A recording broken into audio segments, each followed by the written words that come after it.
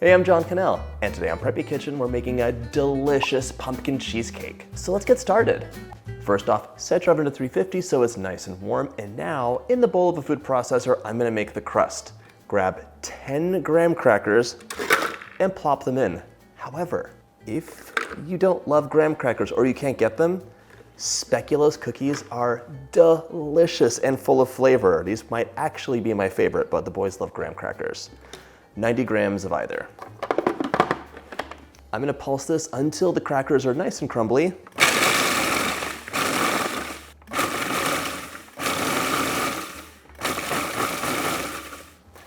Now it's time to add a quarter cup of sugar, 50 grams, and half a teaspoon of cinnamon. You could also use pumpkin pie spice or add any of your favorite spices to this. By the way, if you don't want to use a food processor, you can just stir this together in a bowl. You can buy pre-crumbled graham crackers, crumbs, or you can do that in a bag. Okay, pulse this up.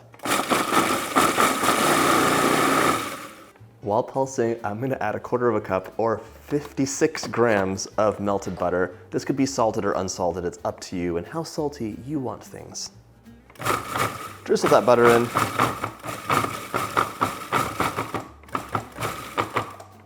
Once all your butter is in, your mixture is gonna look like wet sand. So there you can see it has a crumbly consistency. Carefully remove that blade. And now use a spatula just to kind of scrape the bottom of your mixing bowl where some of that butter might have accumulated. Okay, our food processor's done. Grab a 9-inch springform pan, and here's the deal. Cheesecakes are really easy if you do them right. One of the things that you need to do oftentimes is bake them in a hot water bath. The hot water is going to really even out the temperature to give you a nice, beautiful bake that's gentle on that delicate cheesecake. If you don't, the cheesecake might crack, it could get too dry, the texture changes, even the taste changes. So there's two things you need to do. One, get a springform pan like this that's sealed at the bottom so it allegedly doesn't allow water to come in. And two, grab some extra wide aluminum foil, heavy duty.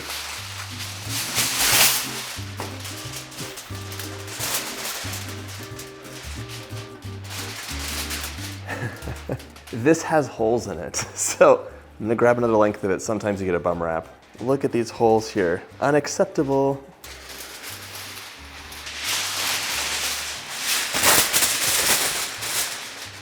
Always check your foil.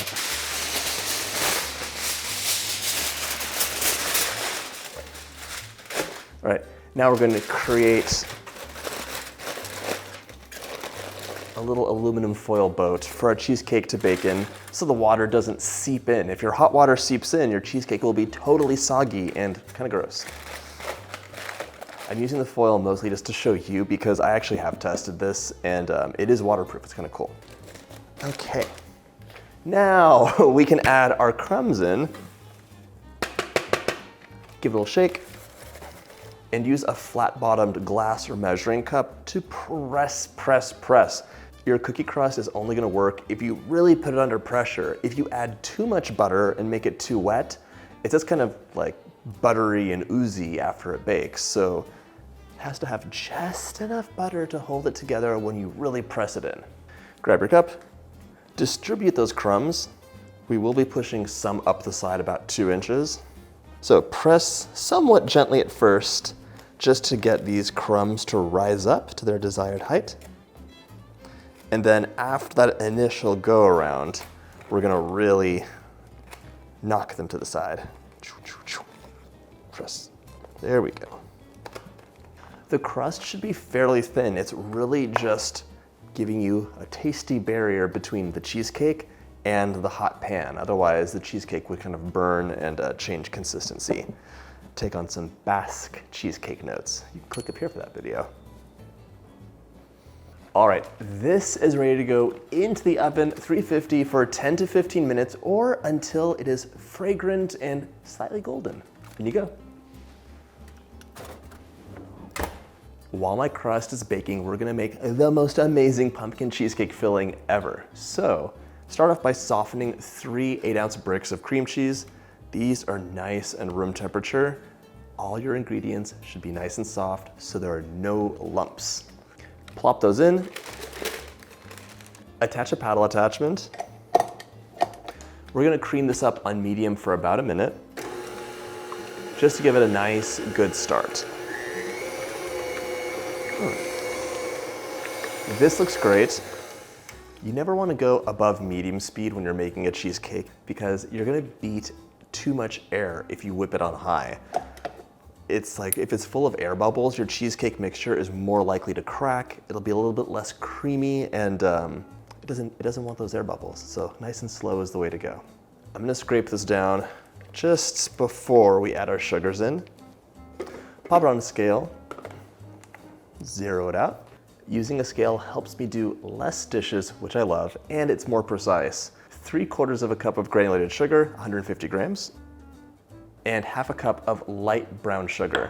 If you're using a measuring cup, you need to pack it in and then crumble it in because you don't want hard lumps of brown sugar in here. I'm using a scale, so I can just crumble it in. 110 grams. It's like, what's this squishy thing? It's a marshmallow because when you store brown sugar, a marshmallow helps keep it moist. Just don't add those into what you're baking, unless you're into that. No lumps, precisely measured, and I don't have to wash those 2 measuring cups. What's not to like? Pop your paddle on. We're gonna cream this up on medium to medium low for about a minute or 2 until it looks nice and smooth. Really get everything incorporated. And yes, you should scrape that bowl down. Right now, I see a beautiful light caramel color that's nice and creamy on the inside, but you might see streaks that look like Jupiter or something, like white and cream. So we're gonna scrape the bowl down and fix all of that right now. I even scrape the paddle down because there's always like unmixed nonsense right at the top. That is what you don't wanna see. It's all unmixed cream cheese that's lumpy and clumpy at the bottom. If you added that into your cheesecake, it would just be like little pieces of unsweetened cream cheese with no pumpkin or spice. That's not nice. All right, finish mixing that up now. Just a few seconds more. This, by the way, is one of my favorite cheesecakes. I'm a pumpkin fiend. I love everything pumpkin, but the spices, the creaminess, like wonderful pumpkin flavor coming through, and the dollops of whipped cream on top at the end, so good and delicious. And it's also like perfectly sweet. It's not like gonna slap you across the face with a piece of sugar. It's just sweet enough that you wanna continue eating it until it's all gone. This looks much nicer. We're gonna continue mixing it while we add 4 room temperature eggs in, 1 at a time. Today, I'm gonna make a good choice and crack this into a bowl and pour that in. While that mixes, crack the next egg and pour it in. In this recipe, the eggs are kind of lightening things up and they're also holding it together. They're gonna just like keep our cheesecake nice and intact. And the yolks add a little bit of extra richness too. Egg number 3. I see a beautiful, soft, slightly yellow, eggy mixture inside, but on the outside, once again, it's not the same color. So scrape it down. My crust is ready. I'm gonna go grab it right now. As soon as your crust comes out of the oven, reduce the temperature from 350 to 300 because our cake bakes at a gentle, low temperature. That crust smells so good, oh my gosh. If you use speculoos cookies, if you use graham crackers, it's gonna be delicious either way. All right, last egg. Let that mix in, and next comes the star of the cheesecake, the pumpkin. So I'm gonna use my scale again to measure things out so I don't use extra measuring cups. And this cheesecake is almost done. It's one of the easiest things you can do because you get a show-stopping, beautiful, creamy dessert, but there's no like decorating with frosting and layering and waiting for things to cool. Just that kind of goes into the oven and comes out and then you eat it after it chills. This looks lovely. Look at that texture, so silky. To my delicious mixture, I'm adding half a cup of sour cream, it's 120 grams, and a little tip for you. Sour cream can be really fatty, and that fat solidifies into lumps. lumps that will torture you when you make your cheesecake. So just give it a little stir first, get it nice and creamy. And once it looks smooth and beautiful like that, it's ready to go in. And here the sour cream is gonna give us a little bit of tang and balance, so it's not just like flat and sweet. And it'll also kind of lighten the cheesecake up a bit. My cheesecakes are like creamy, but like creamy clouds. They're not dense bricks. That's a New York style cheesecake, which is not my favorite. What could this be but 1 cup of pumpkin puree? Actually, this is way more. I'm gonna measure it out. We want 244 grams. Take some out if you added too much more. This is ready to go back onto my mixer. By the way, you could definitely make this recipe with a hand mixer if you don't have a stand mixer or don't feel like lugging it out. Just remember, nice and slow is the way to go. I'm gonna let this go on medium-low, and I'm also gonna add 2 teaspoons of vanilla in, as well as 1.5 teaspoons of pumpkin pie spice. And yes, you can make your own batch. I have a recipe for that on the blog, or you can just use your favorite combination of fall spices. Look at those beautiful swirls. This is a pumpkin pie spice dream come true on top, but kind of sad and regular on the side. Scrape it down one last time. This might be our last scrape down. There's a final step. We want some flour to hold this together, but just a little bit and no lumps. So grab a little sifter. I'm gonna grab 2 tablespoons of flour. 2. Don't shake. I'm gonna sift a little bit in to get started.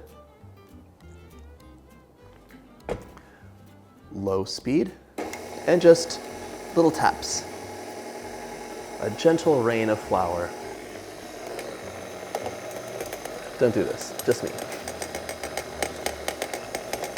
Let that flour mix in for just a minute or 2, and then it's time to pour into our base. That looks good. I'll be giving this one last look through with my spatula in the bowl, but it's basically ready to go. Alrighty. Lovely mixture. Look at that. Not lumpy at all, it's super smooth. All I see are specks of pumpkin spice and a lovely color. My crust is slightly cooled, and now it's time to pour my silky smooth pumpkin cheesecake mixture all the way inside. Ooh, look at that. So satisfying. You get the last of this delicious cheesecake mixture out. I love that the bottom is just as smooth as the top was because it was so thoroughly mixed. You can use a spatula just to kind of even the top out and give it a little shimmy. This is ready to go into the oven after we set up our water bath. So grab a big roasting pan and a lot of boiling water. Ooh, carefully plop this in. Place that in, don't plop. One word about the roasting pans. This one is like mega thick, so heavy. And it's actually gonna add like 30 minutes of bake time usually when I use it because it's just really insulating the cake. A normal roasting pan won't really do that. You can follow the recipe, but just a word of advice. If you check your cake once the bake time is over and it still looks really wobbly and unset, just give it more time. Your roasting pan is probably just insulating it. That's all I wanted to say. My water's boiling and I love the sound of that kettle. All right, pour this in carefully. You want about 1 inch of water. Okay, carefully into the oven. Ooh, it's hot. Careful, careful, careful. Close it up. That cheesecake is gonna bake for about 1 hour. Once your cheesecake's done and it has that slight wobble in the center, turn your oven off, leave the door closed, and just let it cool down slowly for 1 hour.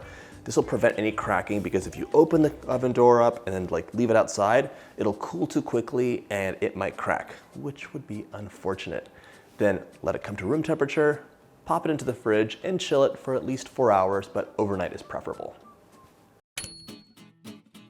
My cheesecake is cool and set, and I just want to show you that no water got into this foil. This is reusable, by the way. Just save it for your next cheesecake.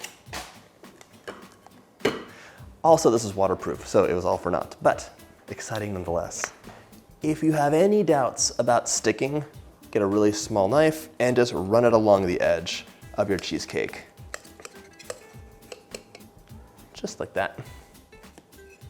I just got this springform pan maybe a month ago, and I've been so excited. It really works well. I've been using this very cheap one from the grocery store for a decade. So it was like, ooh, it's watertight. It comes apart really easily. It's perfect. Okay. Now use a large offset spatula or knife to kind of release the cake from the bottom and transfer it to your cake plate. Center it up.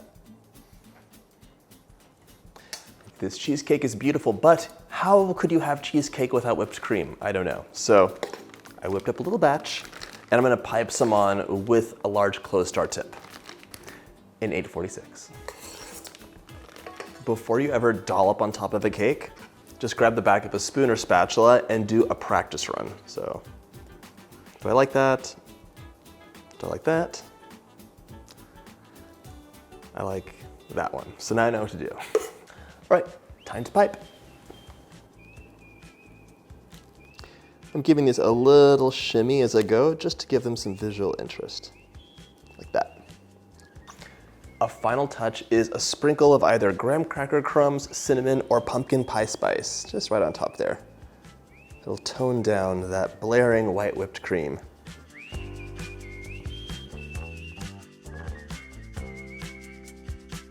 Once decorated, give that cheesecake a slice and you're ready to enjoy.